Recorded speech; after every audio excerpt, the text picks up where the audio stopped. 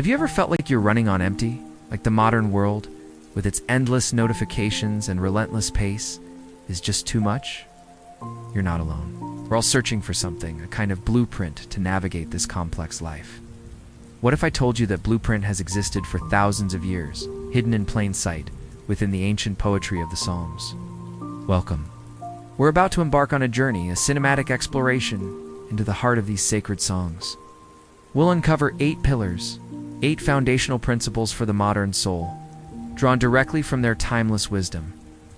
Our journey begins today with the first, and perhaps most needed, pillar of all: rest.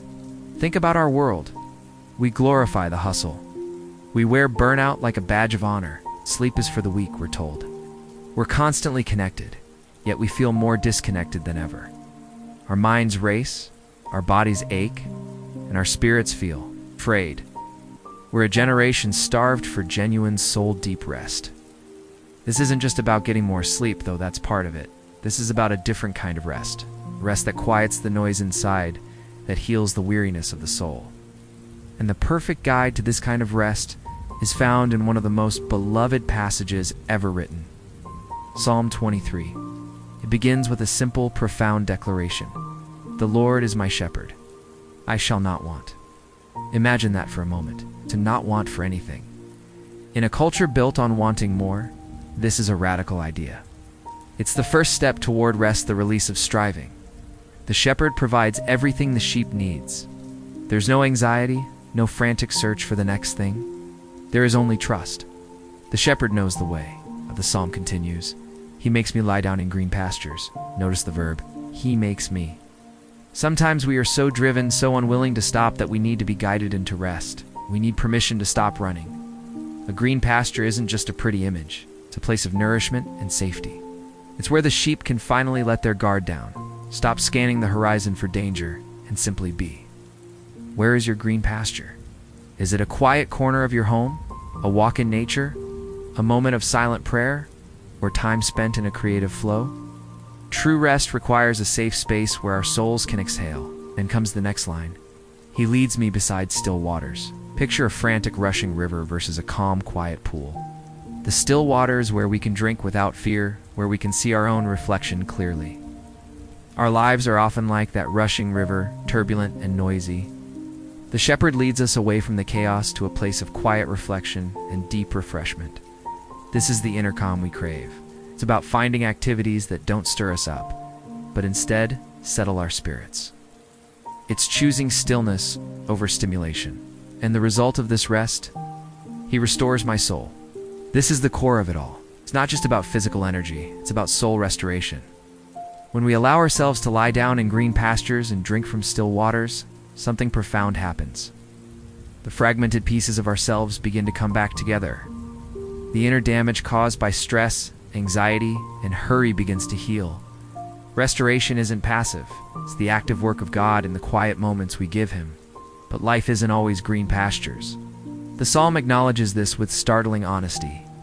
Even though I walk through the valley of the shadow of death, I will fear no evil, for you are with me. Rest is not an escape from reality. It is the source of strength for reality. The shepherd doesn't promise to keep us out of the dark valleys, but he does promise to walk through them with us. The rest we find in his presence isn't fragile. It's a deep, abiding peace that holds us even in the midst of fear and uncertainty. The shepherd's rod and staff, tools of guidance and protection, become our comfort. We can rest, not because the danger is gone, but because the protector is present. Think about the shepherd's role. He is always watchful.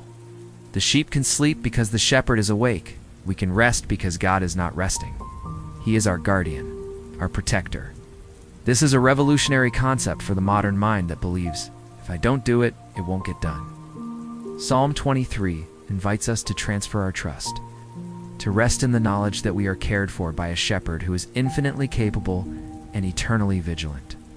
And the psalm culminates in a feast. You prepare a table before me in the presence of my enemies. This isn't a hidden meal snatched in a corner. It's a public celebration, a banquet of honor, right in the middle of a hostile environment. This is the ultimate expression of rest. It's thriving, not just surviving. It's being so secure in the shepherd's care that you can feast while your enemies watch. It's a peace that defies circumstance. Your enemies, be they anxiety, doubt, fear, or burnout, have no power at this table. You anoint my head with oil, my cup overflows.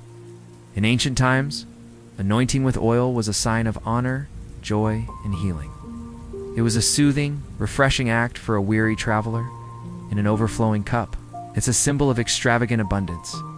This isn't a picture of just enough. It's a picture of more than enough. The rest God offers isn't meager or rationed. It is abundant, lavish, and overflowing. So how do we apply this? How do we in the 21st century find this kind of rest? First, by acknowledging our need for a shepherd. By admitting we can't do it all on our own, it's a surrender of our self-sufficiency. Second, by intentionally creating green pastures and seeking still waters in our lives. This means scheduling moments of quiet, turning off the phone, walking in a park. Prioritizing things that restore your soul, not just entertain your mind. Third, by practicing trust, especially in the dark valleys. When anxiety strikes, remind yourself of the shepherd's presence. Hand over the fears you can't control. Rest isn't the absence of problems. It's the presence of God. And finally, by learning to receive. To sit at the table He prepares for you. To accept the joy, the peace, the abundance He offers, without feeling like you have to earn it first. The psalm ends with a beautiful promise. Surely goodness and mercy shall follow me all the days of my life, and I will dwell in the house of the Lord forever. This isn't a hope, it's a certainty. Rest isn't just a temporary fix for a busy week. It's our ultimate destination and our present reality. It's a way of life, a constant dwelling in the safe and loving presence of the shepherd. Rest is the foundation. Without it, the other pillars of the soul cannot stand firm. It's the starting point for a life of depth, meaning, and resilience. Thank you for joining us on this first step of our journey. In our next episode, we will explore the second pillar, a powerful principle that builds directly upon this foundation of rest. To make sure you don't miss it, subscribe to the channel and turn on notifications. Let's continue to rediscover this ancient blueprint for the modern soul together. Once the soul is restored, it must face the world. Pillar 2 is the shield. He who dwells in the secret place of the Most High shall abide under the shadow of the Almighty. The deep dive. To be in a shadow, you must be in total proximity. This isn't a prayer for the distant. It is a promise for the dweller. Verse 11 reveals the military logistics of heaven. For He shall give His angels charge over you. That word charge is a legal mandate. The application: you are not an unprotected target. You have a heavenly security detail assigned to your breath. When the arrows fly by day, they are hitting a shield that has already been tested in eternity. As we journey, we get weary. We start to look at the dust at our feet. Pillar 3, the sentinel, forces our eyes upward. I lift up my eyes to the hills. Where does my help come from? The deep dive. David is standing in a world of idols on hills, but he looks past the hills to the maker of the mountains. Verse 4 is your anchor. He who watches over Israel will neither slumber nor sleep. What happens when the earth itself shakes? Pillar 4 is the stronghold. God is our refuge and strength, a very present help in trouble. The deep dive. This is the earthquake psalm. It describes mountains falling into the sea. In the midst of the chaos, verse 10 commands, "Be still and know that I am God." In Hebrew, shrafatu, let go or drop your weapons. The application. Most of our stress is us trying to hold the world together. Psalm 46 says the world will fall, but the stronghold won't. Drop the weapons of control and let the fortress be your defense. Have you ever wondered about the core beliefs that have guided countless people through history?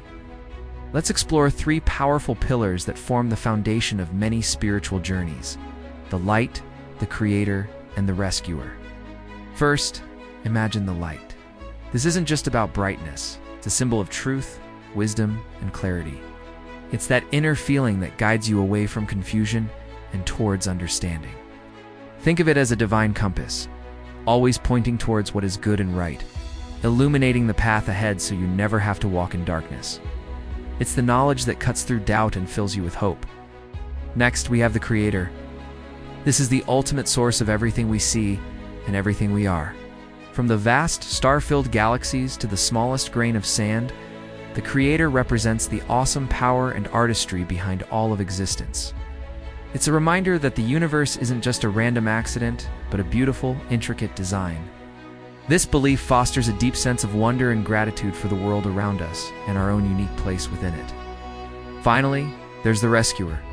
Life can be challenging, and we all face moments of struggle or feel lost. The rescuer is that figure of hope and salvation who steps in when we need help the most. This pillar represents compassion, forgiveness, and the promise of a second chance. It's the comforting belief that no matter how difficult things get, we are never truly alone, and there is always a path to redemption and peace. These three pillars, the light of wisdom, the power of the Creator, and the compassion of the rescuer, offer a profound framework for a meaningful life. They provide guidance, inspire awe, and offer comfort in times of need. Finally, the eighth pillar, the benefactor. Bless the Lord, O my soul, and forget not all his benefits.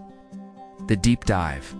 This is a command to your own soul. You must remind your emotions who God is. He forgives, he heals, and he redeems. Verse 5, who satisfies your mouth with good things, so that your youth is renewed like the eagles. The application, gratitude is the fuel of the fortress. It renews your strength and clears your vision.